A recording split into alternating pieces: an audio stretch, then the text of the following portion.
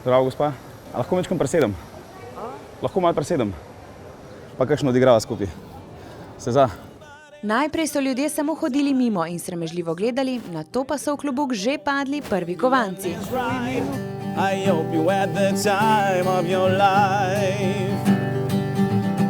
Sem bila res zelo presrečena, pa zelo sem uživala v muski.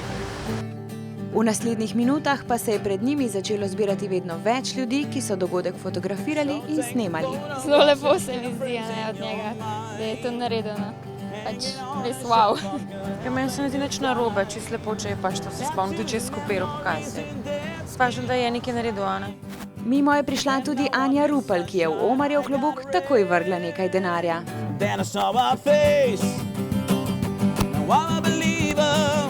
Omar se je seveda odločil, da bo priigran denar podaril gospe, ki je med nastopom vidno uživala in mrmrala njegove pesmi.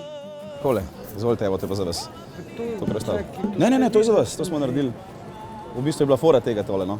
Hvala tebi. Hvala vam. Polepšal s to glasbo, daj. Ja, ni kaj, z največjim veseljem, ej. To v bistvu, moram, prav. Hvala, še kdaj z veseljem. Pa je bila nad nastopom navdušena? Prvo sem malo čuden gledala, ampak sem rekel, v redu, imel dobre glasbene škodje, ne. Znan mi je bil, pa sem počasi se spomnila, zato ker je na Kraljevi ulici enkrat prinesel veliko garderobe in so bili fantje zelo veseli, ne.